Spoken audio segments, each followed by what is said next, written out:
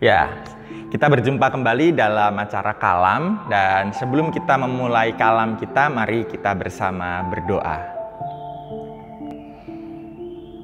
Kami bersyukur Tuhan, kami tetap dapat mengikuti Kalam walaupun saat ini kami melaksanakannya di rumah kami masing-masing.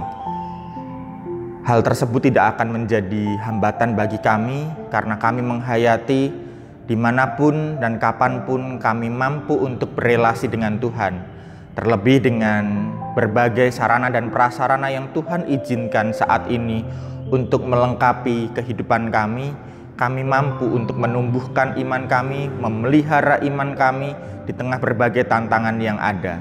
Dan saat ini kami bersama-sama ingin merenungkan satu tema, di mana tema ini akan mampu untuk mengajak kami untuk hidup melambat sedikit demi sedikit agar kami mampu menemukan makna kehidupan kami. Saat ini Tuhan, kami memberikan diri kami untuk dikuatkan oleh firman Tuhan. Di dalam nama Bapa, Anak, dan Roh Kudus kami bersama berdoa. Amin. Nah, saudara-saudara, tema yang akan kita bahas, akan kita gumulkan pada saat ini adalah mari melambat. Saat ini semua serba cepat. Kok justru kita diajak melambat? Harusnya di mana-mana kita justru diajak untuk berpacu lebih cepat, semakin cepat. Tapi justru karena itulah saya ingin mengajak kita mari melambat sedikit demi sedikit. Saya ingin memberikan kepada Bapak Ibu dan mau mengajak pada Bapak Ibu untuk menutup mata sejenak dan silahkan dengan mata terpejam, hati yang tenang, dengarkan musik ini. Dengarkan musik ini tanpa terburu-buru. Dengarkan musik ini dengan tenang dan rilekslah. Sambil mendengarkan musik ini, silahkan bayangkan perjalanan hidup yang pernah kita lewati. Coba refleksikan, ingat setiap momen yang pernah kita lewati dari waktu ke waktu. Mari.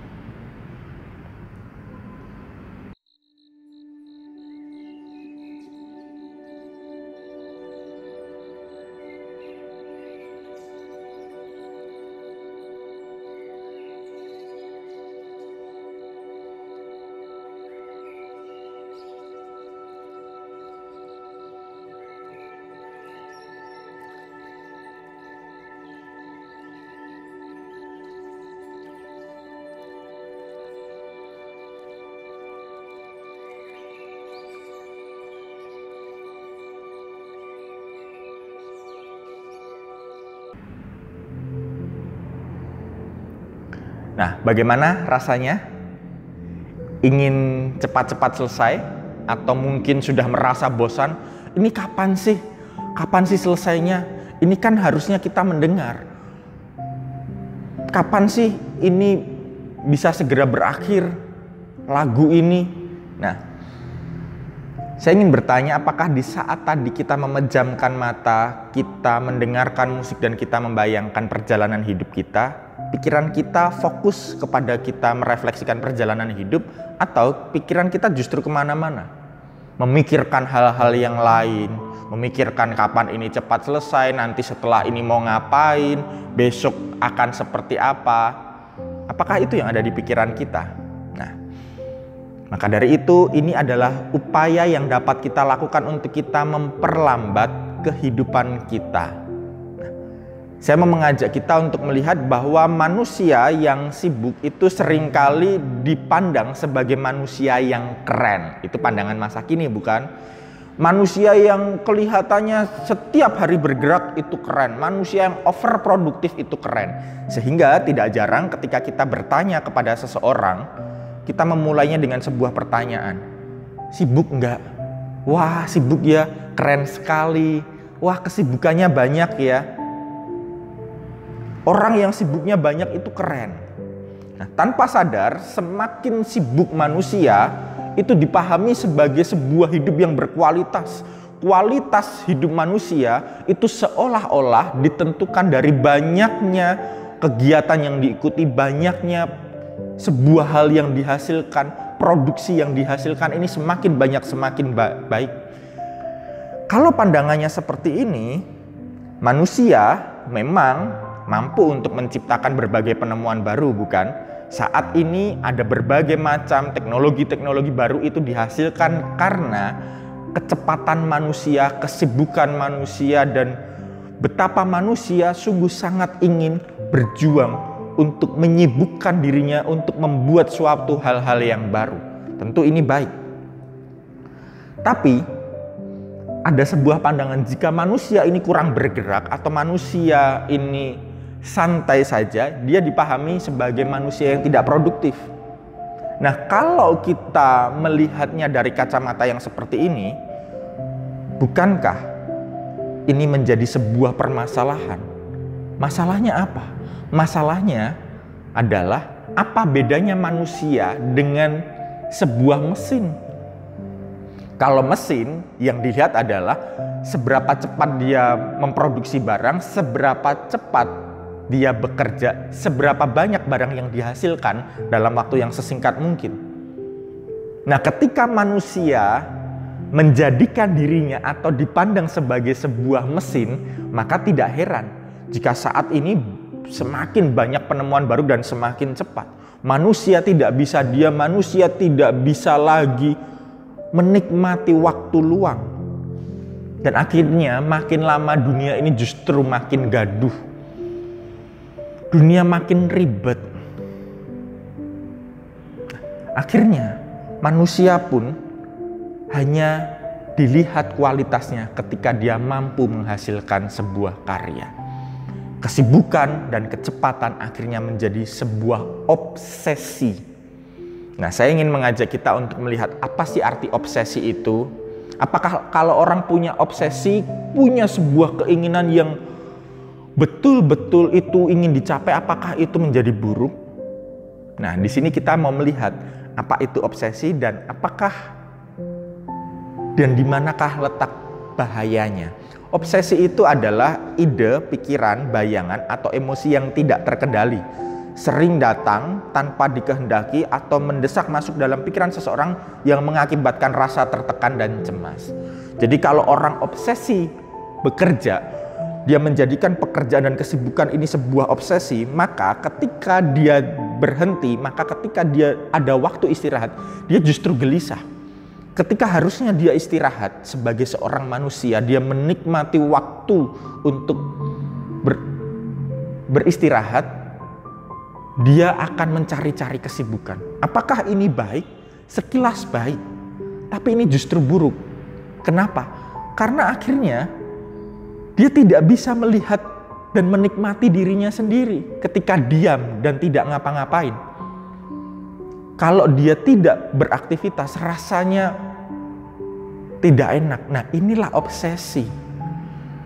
Ada sebuah pikiran-pikiran yang mengganggu, dan kalau itu sampai tidak bisa dikendalikan, justru akan berdampak sangat buruk.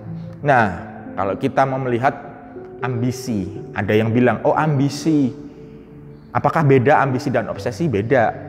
Ambisi itu berarti kita punya keinginan yang kuat untuk memperoleh sesuatu yang baik di dalam hidup kita, dan kita mengusahakan itu sebaik mungkin.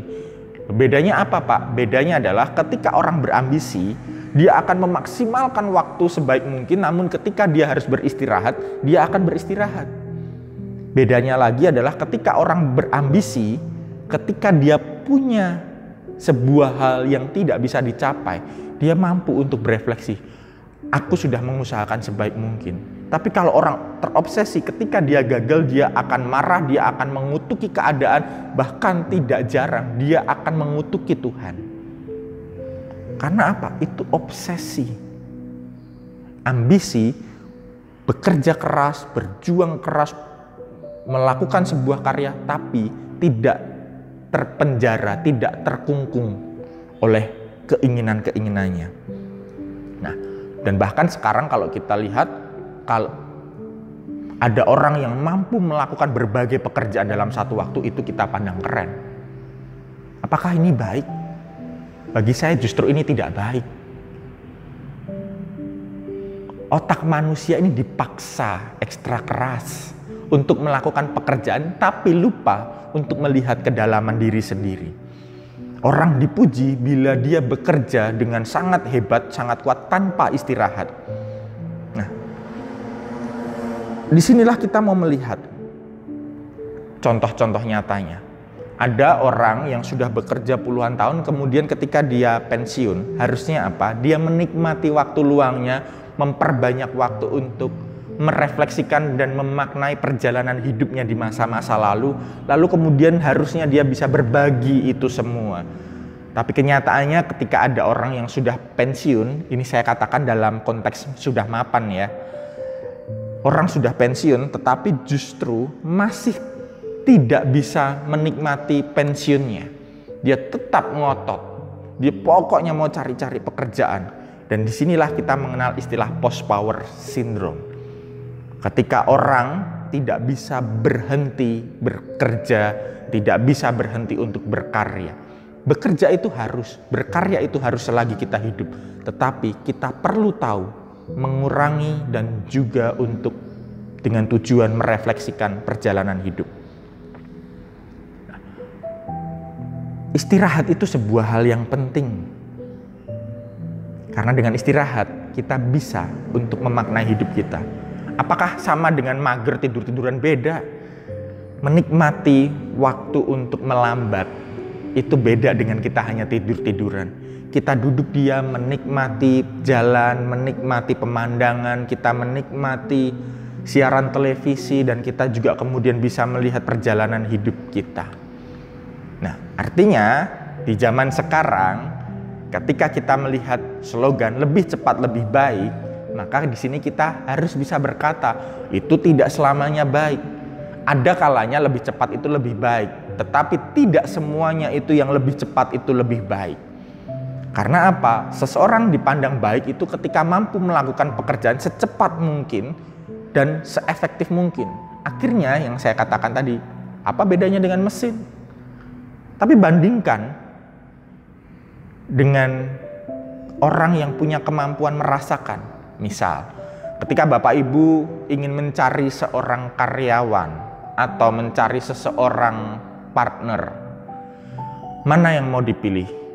Mau yang mampu mengerjakan pekerjaan secepat mungkin, seefektif mungkin, atau seseorang yang punya kemampuan merasakan, misal merasakan situasi yang terjadi akhir-akhir ini dan direfleksikan, merasakan dan menikmati makanan yang dia makan. Oh, ini ternyata rasanya enak. Oh, ini ada bumbu ini. Orang yang mampu merasakan seni kehidupan, orang yang mampu merasakan perjalanan-perjalanan kehidupan. Mana yang mau kita pilih? Orang di zaman sekarang cenderung memilih yang lebih cepat. Itu lebih baik. Orang yang bisa merasakan, apa pentingnya? Padahal kemampuan merasakan, kalau saya menyebutnya kemampuan untuk mengolah rasa, inilah yang menentukan kualitas hidup manusia. Kualitas hidup manusia bukan hanya ditentukan dari produksinya saja, produktivitasnya saja, tetapi dari kemampuannya mengolah rasa, memikirkan hakikatnya kembali, esensinya kembali sebagai manusia. Apakah saya bisa dengan mudah melakukan? Sampai hari ini itu masih jadi PR bagi saya, Bapak Ibu. Saya masih sangat sulit untuk melakukan yang namanya hidup melambat. Saya masih sangat sulit kalau harus lepas dari handphone saya, laptop saya.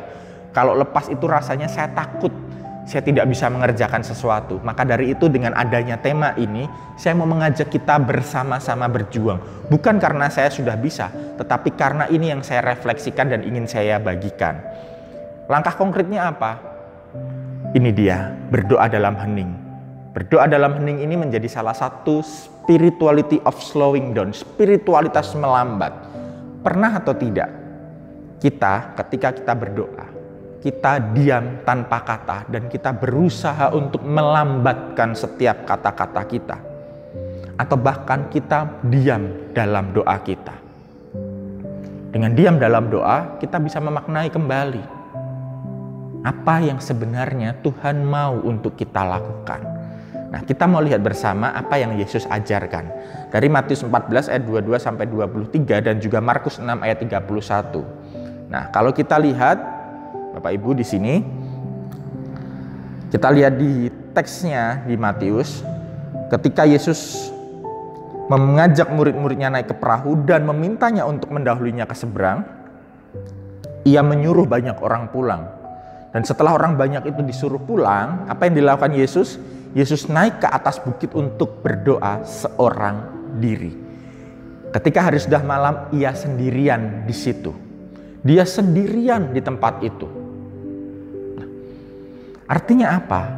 Yesus berusaha untuk mengurangi aktivitasnya. Dia sampai menyuruh orang pulang agar dia punya waktu sendiri, punya waktu untuk berdoa seorang diri. Bahkan dia tidak berdoa bersama dengan murid-muridnya. Dia meminta murid-muridnya untuk pergi terlebih dahulu.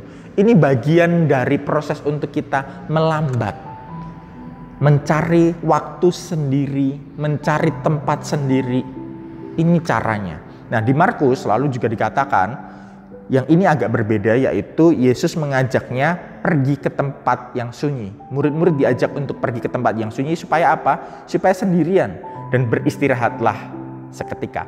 Kalimat yang ditekankan Yesus adalah cari tempat yang sunyi supaya sendirian dan beristirahat. Kenapa? Karena saat itu murid-murid habis berkarya. Murid-murid berkarya dengan begitu hebatnya, dan ketika di saat mereka sedang semangat-semangatnya, apa yang dilakukan Yesus? Yesus bukan orang yang terbawa oleh obsesi. Kalau Yesus terbawa oleh obsesi, maka dia akan memerintahkan murid-muridnya, ayo kita mewartakan kerajaan Allah lagi, ayo kita ke sana, ayo kita ke sana. Tetapi tidak.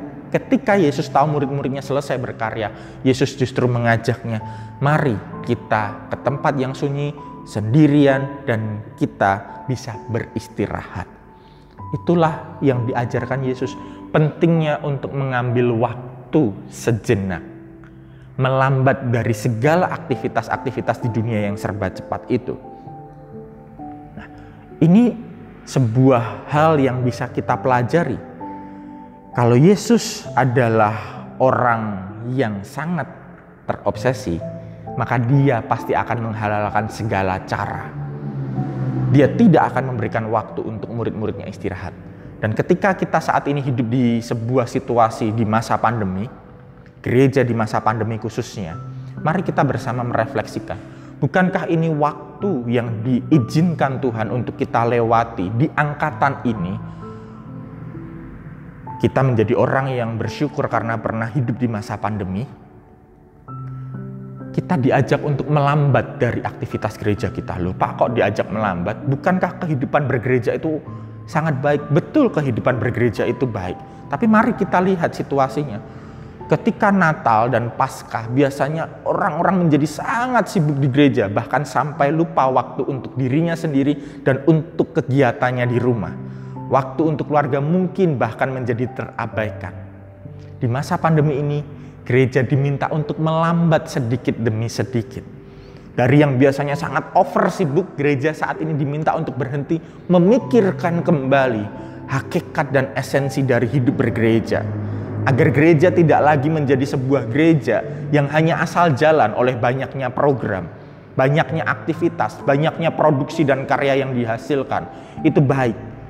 Tetapi jika itu dilakukan tanpa refleksi, bukankah gereja menjadi sebuah mesin? Maka dari itu, pandemi ini mengajarkan gereja dan juga kita semua untuk rehat sejenak dari segala kesibukan bergereja juga, untuk kita punya banyak waktu memikirkan kembali makna hidup kita. Semua aktivis di gereja diajak untuk menikmati momen ibadah, sekalipun dalam live streaming, daripada sibuk menyiapkan berbagai aktivitas-aktivitas yang akhirnya seringkali yang menyiapkan pun tidak bisa ikut menikmati. Saat ini yang menyiapkan itu jumlahnya sedikit dan bisa bergantian, dan akhirnya orang bisa saling bergantian menikmati. Disinilah pentingnya orang-orang sibuk harus bisa dengan sukarela untuk mengundurkan diri sejenak dari kesibukan agar terhindar dari kehidupan yang berantakan, lusuh, hampa, dan jenuh.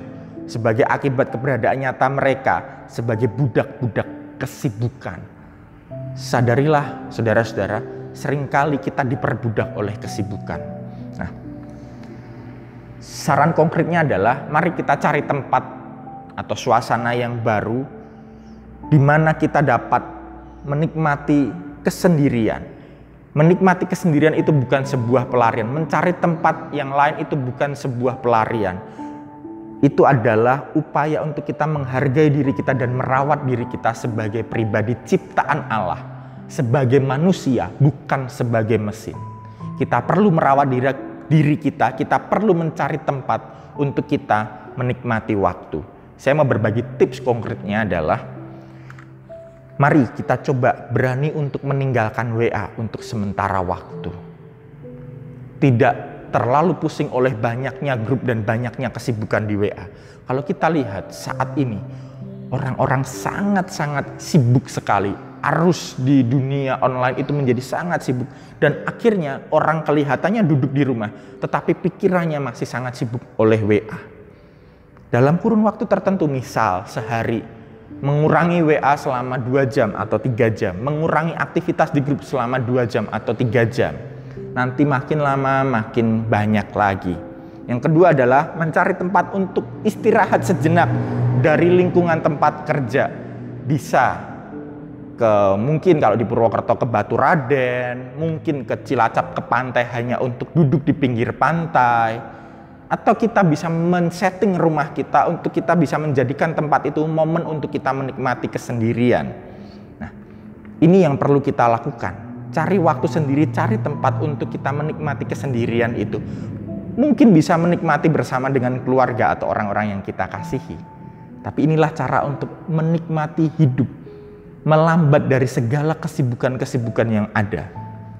Yang ketiga, coba kita kerjakan hal-hal di luar pekerjaan kita. Kita mengerjakan hobi kita agar kita sadar bahwa kita juga punya karunia yang lain yang Tuhan anugerahkan pada kita. Menekuni hobi itu baik daripada kita terlalu sibuk di pekerjaan dan kita tidak punya hobi. Yang terakhir adalah cobalah untuk membaca buku, karena dengan kita membaca buku kita menggunakan waktu kita untuk meningkatkan kemampuan kita, menambah wawasan kita, memperluas cakrawala berpikir kita. Nah, akhir kata, refleksi yang ingin saya bagikan adalah tidak semua hal harus dikerjakan dengan serba cepat. Dan tidak selamanya sibuk itu menjadi penanda produktivitas seseorang. Di dunia yang sangat cepat ini, yang diperlukan justru kemampuan untuk memperlambat ritme kehidupan, sehingga mampu memaknai dan merefleksikan tiap hal yang telah dilakukan. Yesus telah memberi contoh konkret arti sebuah istirahat dari ritme hidup sehari-hari. Artinya, mari kita bersama-sama memperlambat diri kita untuk meningkatkan kualitas hidup kita. Dan disinilah kita menikmati diri kita sebagai ciptaan Allah yang sempurna. Tuhan memberkati, selamat menikmati hidup yang Tuhan percayakan untuk kita jalani. Amin. Mari kita bersama berdoa. Kami ingin menikmati waktu teduh, kami ingin menikmati waktu sendiri, dan kami ingin agar hidup kami sebagai manusia ini tidak berjalan layaknya sebuah mesin. Kami ingin agar hidup kami ini bermakna, berguna, sehingga kehidupan kami ini mempunyai nilai lebih dari sekedar hidup menghasilkan sebuah barang-barang belaka atau kami beraktivitas belaka. Kami ingin punya kemampuan untuk kami bisa merefleksikan hidup kami. Hidup yang Tuhan percayakan kepada kami, hidup yang perlu kami renungkan setiap harinya. Di dalam nama Bapa, Anak, dan Roh Kudus, kami ingin menikmati waktu yang Tuhan berikan dalam hidup kami. Amin. Sampai jumpa dan selamat menikmati waktu untuk melambat dari aktivitas yang serba cepat ini.